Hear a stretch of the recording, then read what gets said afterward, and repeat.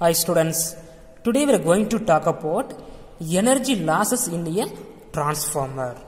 This question is very important 3-mark question. Energy losses in a transformer. இப்போ எதெல்லாம் energy loss ஆகுது அப்படின்னு பார்த்தீங்கன்னா core loss or iron loss, இன்னொன்று copper loss, இன்னொன்று ஃப்ளக்ஸ் லீக்கேஜ். இந்த மாதிரிலாம் எனர்ஜி லாஸ் ஆகும். சரியா? அதாவது மின்மாற்றியில் ஏற்படும் ஆற்றல் இழப்புகள். நான் முன்னாடியே சொல்லியிருப்பேன், மின்மாற்றி டிரான்ஸ்ஃபார்மர் ஈஸியாக அது ஒரு ஸ்டேஷனரி டிவைசஸ், ஸ்டேபிளாக இருக்கும். அதனால் அதுக்குள்ளே இருக்கிற பார்ட்ஸ் பார்த்தீங்கன்னா மூவிங் ஆகாது. அதனால ஹை எஃபிஷியன்சி இருக்கும். இந்த டிரான்ஸ்ஃபார்மரில் பயனுறு திறன் அதிகமாக இருக்கும் when compared to alternator and induction மோட்டரை விட. ஏன்னா ஆல்டர்னேட்டரில் ரொட்டேஷன் ஆகும், ஃபங்க்ஷன் ஆகிட்டு இருக்கும், ரொட்டேஷன் ஆகும் காயில். பட் டிரான்ஸ்ஃபார்மரில் அந்த மாதிரி எதுவுமே மூவிங் ஆகாது. பட் என்ன நடக்குறதில்ல, ஒன்லி மியூச்சுவல் இண்டக்ஷன் மட்டும்தான் இதில் டிரான்ஸ்ஃபார்மரில். ஸோ அப்படி இருந்தாலுமே சம் லாசஸ் நடக்குது. அப்படி இருந்தாலுமே அதாவது 96 to 99% எஃபிஷியன்சி இருந்தாலுமே ஏன் 100% இல்லைன்னா சம் லாசஸ் கண்டிப்பாக இருக்கும், ஆற்றல் இழப்பு கண்டிப்பாக இருக்கும். ஸோ அது என்னென்னு நம்ம இங்கே டீட்டெயிலாக பார்க்கலாம். எதில் லாஸ் ஆகுதுன்னா உள்ளக இழப்பு அல்லது இரும்பு இழப்பு, இன்னொன்று தாமிர இழப்பு, இன்னொன்று பாய கசிவு.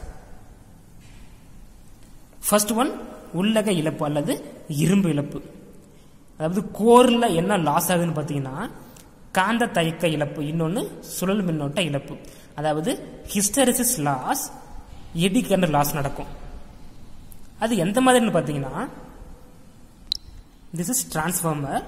இதில் என்ன கொடுக்குறோம், ஆல்டர்னேட்டிங் வோல்டேஜ், ஏசி வோல்டேஜ் கொடுக்கும்போது இதில் கரண்டும் சேஞ்ச் ஆகும். அப்படி கரண்ட் சேஞ்ச் ஆகும்போது இந்த கோரு மேக்னடைஸ் அண்ட் டிமேக்னடைஸ் ஆகும். சரியா? இந்த கரண்ட் இங்கே மேக்னெட்டிக் ஃப்ளக்ஸ், அதாவது இங்கே கரண்ட் சேஞ்ச் ஆகும்போது இதில் ப்ரொடியூஸ் ஆகிற மேக்னெட்டிக் ஃப்ளக்ஸ் சேஞ்ச் ஆகுது இல்லை. அதனால இந்த கோர் என்னவா ஆக்ட் ஆகுன்னு பார்த்தீங்கன்னா மேக்னட்டாக மாறும். அப்புறம் இங்கே சேஞ்ச் ஆகிட்டு இருக்கு இல்லை, அப்போ இங்கே மேக்னட்டாக மாறும், இல்லைன்னா அடுத்து டிமேக்னடைஸாக மாறும். அப்படி மாறிக்கிட்டே இருக்கும். ஸோ அப்படி மாறும் போது என்ன லாஸ் ஆகுது, ஹிஸ்டெரிசிஸ் லாஸ் ஆகுது. அது பாருங்க, முதன்மை சுருளில் அளிக்கப்படும் மாறுதிசை மின்னழுத்த வேறுபாட்டால், முதன்மை சுருள் அதாவது பிரைமரி காயிலில் என்ன கொடுக்குறோம், மாறுதிசை மின்னழுத்த வேறுபாடு. அதாவது ஆல்டர்னேட்டிவ் வோல்டேஜ் கொடுக்கும் போது அது சேஞ்ச் ஆகிட்டே இருக்குது இல்லை. அப்படி சேஞ்ச் ஆகும்போது மின்மாற்றி உள்ளகம், அந்த கோர் என்னவா ஆக்ட் ஆகுதுன்னு பார்த்தீங்கன்னா திரும்ப காந்தமாக்கப்பட்டும் மற்றும் காந்த நீக்கம் செய்யப்படும் போது, ஏன்னா அது சேஞ்ச் ஆகிட்டே இருக்குது. அதனால மேக்னடைஸ்டு அண்ட் டிமேக்னடைஸ் ஆகும். ஸோ அப்படி ஆகும்போது காந்த தயக்கம் ஏற்படுகிறது. அதாவது ஹிஸ்டெரிசிஸ் லாஸ் ஏற்படுது. நான் படிச்சிருப்போம் காந்த தயக்கம், லேகிங் பிஹைண்ட். அதாவது கரண்ட்டை இன்க்ரீஸ் பண்ண அந்த மேக்னெட்டிக் ஃபீல்டு இன்க்ரீஸ் ஆகிட்டே இருக்கும். அடுத்து கரண்ட்டை டிக்ரீஸ் பண்ணோம்னா, 0 ஆகிட்டோம்னா மேக்னெட்டிக் ஃபீல்டு டிக்ரீஸ் ஆகாது. அப்போ அந்த கரண்ட்டை என்ன பண்ணணும், நெகட்டிவ்ல இன்க்ரீஸ் பண்ணணும். அப்படி நெகட்டிவ் இன்க்ரீஸ் பண்ணால் தான் அது டிக்ரீஸ் ஆகும். சரியா? ஸோ இந்த மாதிரி நம்ம லூப் பார்த்துருப்போம். ஓகேவா? ஸோ அந்த லாஸ் லாஸ் ஹிஸ்டெரிசிஸ் லாஸ், காந்த தயக்க இழப்பு. ஸோ அதை ரெடியூஸ் பண்ணுறதுக்கு என்ன பண்ணணும்னு பார்த்தீங்கன்னா அந்த கோரை சிலிக்கான் கொண்ட எக்கினால் லேமினேஷன் பண்ணிருக்கணும். சரியா? சிலிக்கான் கொண்ட எக்கினால் மின்மாற்றியின் உள்ளகத்தை அந்த கோரை செய்வதன் மூலம் காந்த தயக்க இழப்பானது சிரமமாக குறைக்கப்படுகிறது. அதாவது கொஞ்சோண்டு ரெடியூஸ் பண்ணலாம் அது மாதிரி பண்ணால். Next eddy current loss. அதாவது அந்த கோரில் மேக்னெட்டிக் ஃப்ளக்ஸ் சேஞ்ச் ஆகும். இந்த கோரில் நீ பாருங்க, இந்த காயிலில் கரண்ட் ஃப்ளோ ஆகுது, இங்கே ஆல்டர்னேட்டிங் கரண்ட். அப்போ கரண்ட் சேஞ்ச் ஆகும்போது மேக்னெட்டிக் ஃப்ளக்ஸ் சேஞ்ச் ஆகும். அப்படி மேக்னெட்டிக் ஃப்ளக்ஸ் சேஞ்ச் ஆகும்போது இந்த கோரில் எடி கரண்ட் ப்ரொடியூஸ் ஆகும். சரியா?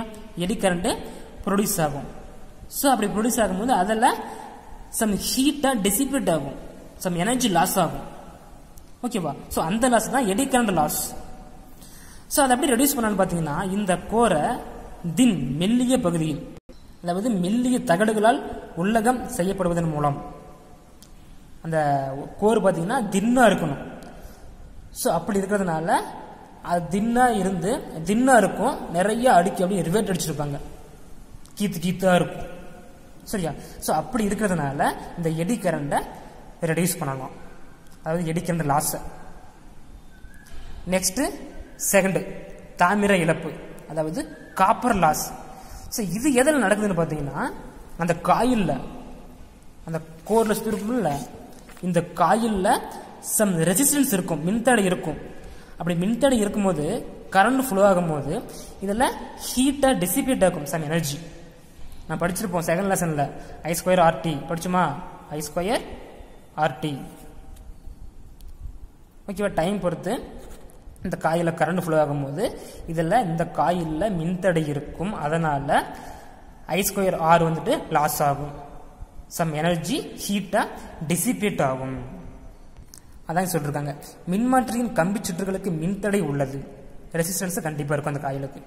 அப்படி இருக்கும்போது அவற்றின் வழியே மின்னோட்டம் பாயும் போது ஜூல் வெப்ப விளைவினால், ஜூல் ஹீட்டிங் எஃபெக்ட், அந்த விளைவினால் குறிப்பிட்ட அளவிலான வெப்ப ஆற்றல் வெளிப்படுகிறது. சரியா? ஹீட் எனர்ஜி டிசிபேட் ஆகுது, வெளிவிடப்படுகிறது. ஸோ இந்த லாஸை குறைக்கிறதுக்கு என்ன பண்ணணும்னு பார்த்தீங்கன்னா, அந்த காயில் அதாவது ஹை டயாமீட்டர், ஹை விட்டம் கொண்ட கம்பிகளை பயன்படுத்தி இது குறைக்கப்படுகிறது. சரியா? அந்த டயாமீட்டர் அதிகமாக இருக்கும். ஸோ அந்த மாதிரி அந்த காயில் செட் பண்ணுறதுனால இந்த லாஸை, அதாவது இந்த தாமிர இழப்பை ரெடியூஸ் பண்ணிடலாம். அடுத்து என்னன்னா பாயக்கசிவு, அதாவது ஃப்ளக்ஸ் லீக்கேஜ். இது எதில் நடக்குதுன்னு பார்த்தீங்கன்னா, அந்த காயிலில், அதாவது இந்த காயிலில் கரண்ட் ஃப்ளோ ஆகுது, இங்கே ஆல்டர்னேட்டிங் கரண்ட் சேஞ்ச் ஆகும்போது மேக்னெட்டிக் ஃப்ளக்ஸ் சேஞ்ச் ஆகுதா. இந்த மேக்னெட்டிக் ஃப்ளக்ஸ் இங்கே பாருங்க, இதில் எல்லாத்தையும் லிங்க் ஆகும், சில சின்ன சின்ன கேப் இருக்குதா. ஸோ இந்த சின்ன சின்ன கேப்பில் அது மேக்னெட்டிக் ஃப்ளக்ஸ் இந்த லீக்கேஜ் ஆகும். சரியா? பாரு, இந்த பகுதி, இந்த கோரு, இந்த பகுதி, இந்த சின்ன சின்ன பகுதியிலலாம் ஸ்லாட்டாக இருக்குது, அந்த சின்ன சின்ன பகுதியிலலாம் மேக்னெட்டிக் ஃப்ளக்ஸ் லீக்கேஜ் ஆகும், வேஸ்டாக போகும். சரியா? ஸோ இதை எப்படி ரெடியூஸ் பண்ணலான்னு பார்த்தீங்கன்னா, இந்த காயில் நெருக்கமாக ஒன்றன் மேல் ஒன்றாக நெருக்கமாக வைண்டிங் பண்ணணும். ஸோ அப்படி வைண்டிங் பண்ணுறதுனால மேக்னெட்டிக் லீக்கேஜை, அதோட அந்த ஃப்ளக்ஸ் லீக்கேஜை நம்ம ரெடியூஸ் பண்ணலாம்.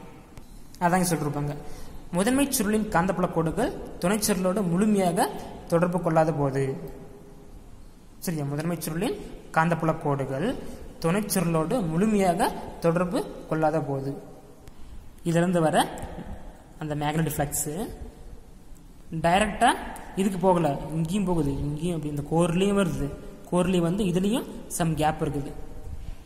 அதனால இந்த இடத்துலலாம் மேக்னெட்டிக் ஃப்ளக்ஸ் லீக்கேஜ் ஆகும், இந்த இடத்துல இந்த சின்ன சின்ன கேப் எல்லாம். சரியா? ஸோ அதை எப்படி ரெடியூஸ் பண்ணலான்னு பார்த்தீங்கன்னா, கம்பிச்சுருள் சுற்றுகளை ஒன்றன் மீது ஒன்றாக சுற்றுவதன் மூலம் பாய கசிவினால் ஏற்படும் ஆற்றல் இழப்பானது குறைக்கப்படுகிறது. அந்த காயில் ஒன்றரை மேல் ஒன்றாக என்ன பண்ணணும், சுற்றணும், அதாவது கேப் இல்லாமல் சுற்றணும். அப்படி சுற்றும் போது அந்த ஃப்ளக்ஸ் லீக்கேஜை ரெடியூஸ் பண்ணலாம். சரியா? இது ஒரு important 3 mark question, very simple தான். நீங்கள் ஒன்ஸ் நீ படிச்சினாவே ஈஸியாக புரிஞ்சிடும். ஸோ பொறுமையாக பாருங்கள். Okay, thank you.